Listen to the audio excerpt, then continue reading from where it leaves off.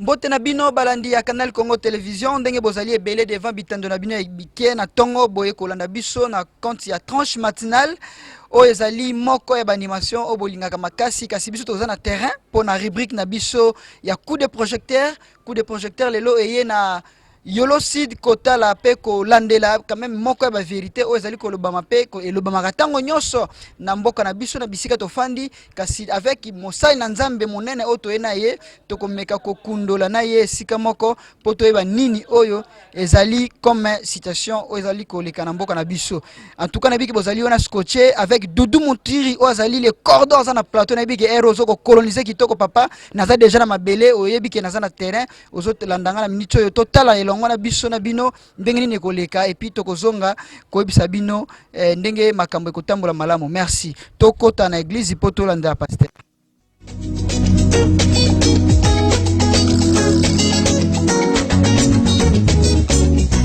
Tomona bakonzi na mokili bankumu bakokufa basusu bakobotama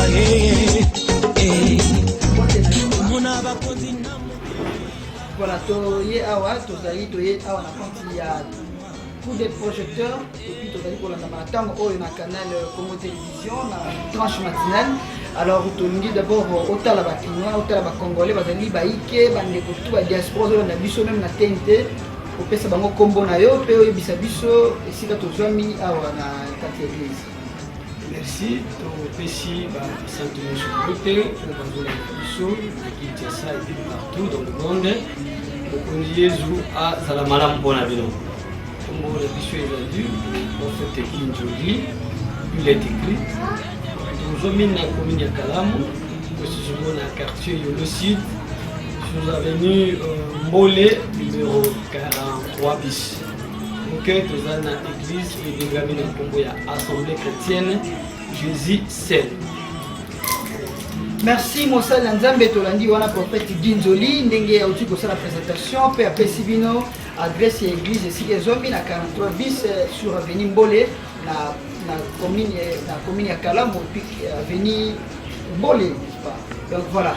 Alors toujours toye awa papa question moko bo oyo penza ezali tango nyonso kotambola oyo ezali kosilisa bato maloba te ezali kotambola minoko ya bato balobi ete baeglise ezali kobotama lokola mayebo baeglise ezali kobotama midi ntongo pokwa na liloba wana mosali na nzambe yo tanki paster toye kokuta wana église awa réponse naye kozala nini na bato bazokolanda na ntango.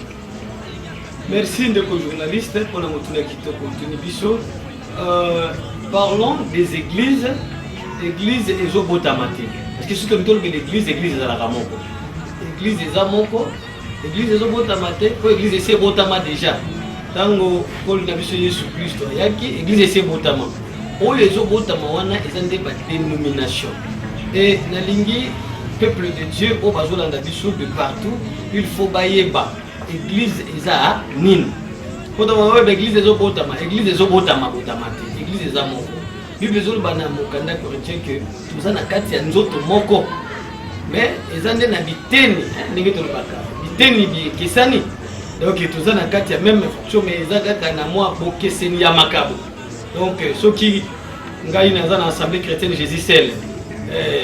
Ndeko Esaïe aza na les rochers des âges. Toza kaka na kati ya église moko aux accords du Christ. Église ezobotama te. Eloko botama ezande biloko ya bino wana oyo tokolo banini. Oyo ezoboma mboka. Meloko ezobomisa mboka ezobotama te. Po ese botama te. To nameka ko bongisa biso mo kemo place wana ndeko na biso papa ndenge to epai na yo tolobi to pesa exemple lokola ba avenue. To ko mona lokola avenue Mbole oyo. Soki tolobi pene to tanga malamu. Ba église boni to komona nzela oyo ndenge to yena cameraman na biso ya zo filmer Bob. Totangi ata ba 14 églises aux alliés de gauche à droite. Tito koma awa esika yo zwandi. Est-ce que wana nde ezali pona nini ezosala mabongo ba église bakoki kosangana te basala kaka église moko monene bato bayaka ou bien pour moto na moto akende kosala wa ye mopanzi ezota na bokabwana babengi division to ezota na nini. ndenge nauti koloba toza na kati ya nzoto moko mais tozosala nde na kati ya makabo bikesani mais toza kaka na kati eloko moko eloko oyo eza mabe makasi eza division mais église ezalaka divisé te église eza moko toza na kati ya séparation ndenge nzoto ezali okuti liso ezali okuti loboko ezali okuti lokolo ezali nde oyo ezali église dans un sens mot ya église maintenant soki tokolobela nde badénomination wana nde sikoyo tokende kodecortique oyo bomoni wana eza nango kaka église moko oyo eza corps du Christ mais okuti ke awa biso toza na assemblée chrétienne Jésus-Seul kuna baza na église le rocher des anges kuna baza na donc c'est comme cela mais nde eloko na koyi kopesa lokola réponse kasi tolobi soki tolandi malamu badi ete bakondi to leta aza koloba ete baeglise lelo ekomi biloko ya batapage nocturne bamusike epai koto bazoloba aleluya kuna balobi yesu azali koya kuna balobi yesu azali awa biloko wana ezali ye mosusu kozala mwa polémique moko na bandimi mpe kobungisa bandimi ebele okorépondre nini na motuna ya bongo. Ok, il faut l'état na biso congolais ayeba eloko nini akoki kosala soki tolingi tolobela mpo na église papa église oyo ezali corps de Christ eza eloko oyo wapi ezosunga kutu leta makasi au contraire mpo na ngai eloko tokotiela yango miso oyo tokolandela malamu eza nde bamangomba oyo ya baparti politique. Pourquoi bino bolobelaka yango te bino bolobelaka kaka église babar bolobelaka yango te oyo eza koporte rien na kati ya mboka au contraire ezomema sujet ya destruction ya mboka bolobelaka yango te mais eloko oyo eza malamu mpo na mboka nde eloko bozobundisa kasi na kati yo te mosali na nzambe ntango yokolobaki ememaki eloko te bakolobaki no baeglise wana efutaka taxe efutaka mpako bongo na ngambo na bino bakoloba nini?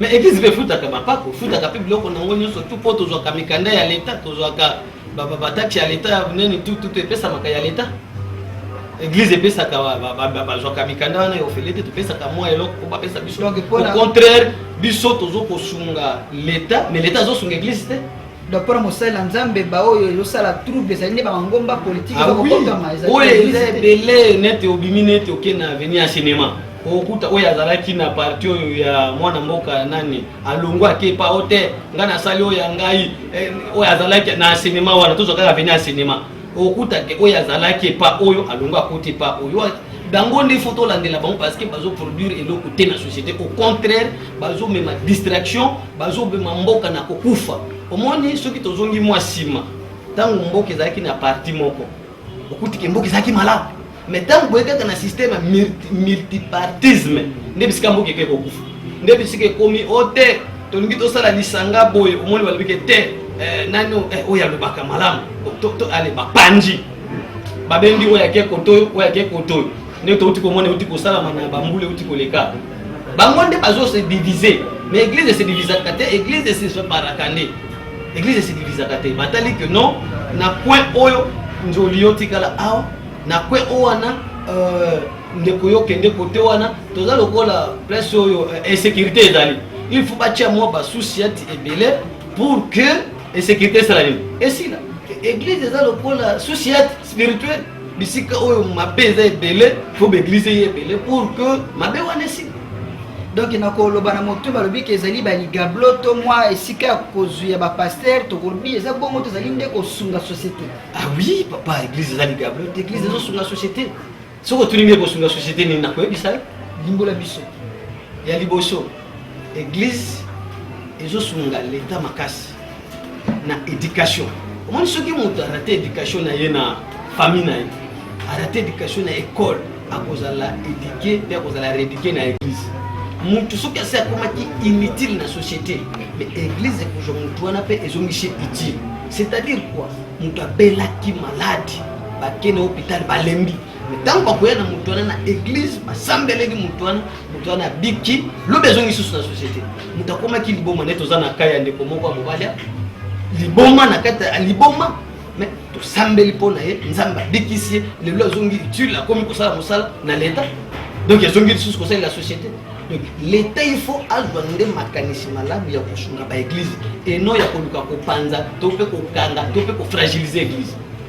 En tout cas na motunelo na yeno opesi wana na ebike ozoko fungola biso toujours cha ya ba question kasi malgré to na tango mingi te to koluka pena to bongisa mbala sima to ya penda to fungola ba question belé parce que to moni pa na yo to kozwa penda ba sembo ebele kasi mosala nzambe pona yo moto abengami chrétien azali ndenge nini to esengi na ye azala na ezaleli nini na société.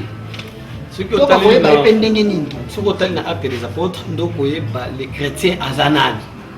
Tango kombo wana lelo to bengaka chrétien il faut to yeba euta wapi ebanda ndenge nini. Donc pona zala mwa mukuse chrétien aza mutu oyo wapi azolanda ndakisa ya Kristo. Parce que kombo Kristo ndi ya mwana tozo benga ngo chrétien. Donc tant bazolanda ndakisa ya Kristo azalaki nani mutu aboboto mutu akosangisa moto na ezaleli ne lombeli ne fandeli ne tamboleli. Donc yo wana chrétien.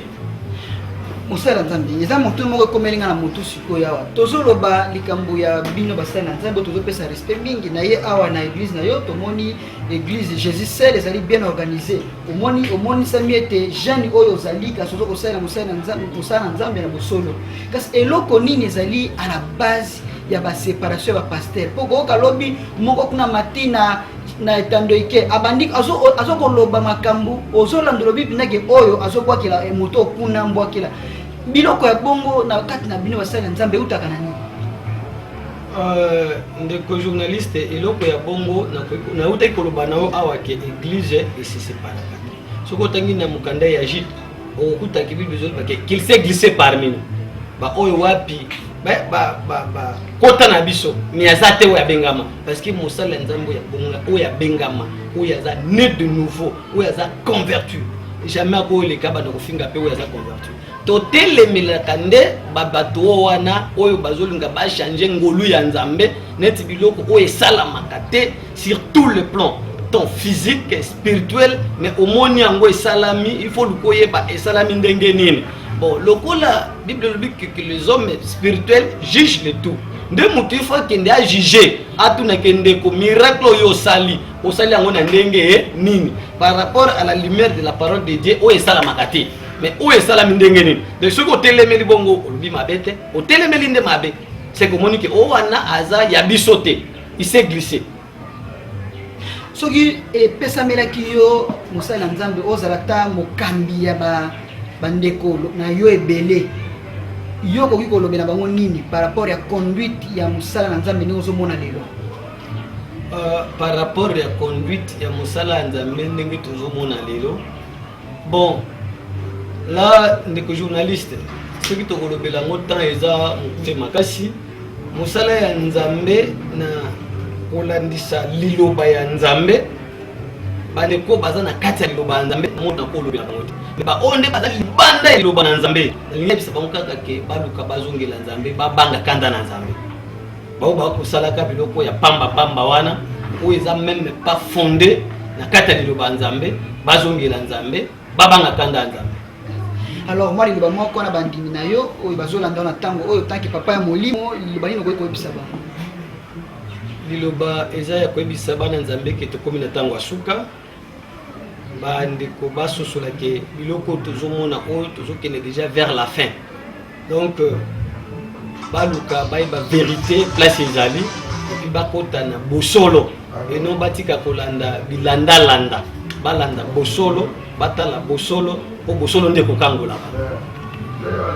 Merci mosala nzambe na moni ete bandeko bozalaki ebele devant bitando na bina mike Doudou Montiri mon cordon nabi koza na plateau ndenge nazoloba yo ozotala na plateau na pesi yo mbote mingi na pesi yo merci pour la faveur opesi biso et puis wana nazokanisa madame Maya tolandi mosala nzambe oyo kindinga lobi yo zali mosala nzambe monene mama na biso epesi esengo makasi siko zwami topesi bandeko nyonso bozolanda biso na kalu fungola bozali bele bolandaki matinal oyo ya CCTV na kinkole topesi bino mbote bele bozali partout na matete lemba bozali kolanda biso topesi bino mbote bele tobosani te wana berger na biso mputu ndoya donc mbote bele siko zwami Bob Zamba esengo mingi ezaki pona biso kokita na terrain na compte ya coup de projecteur to kuta na mbarasima toujours pona mosala oyo nde nzambe akobatela biso. Merci tokutani mbala nsima. Dudu Motiri, à vous.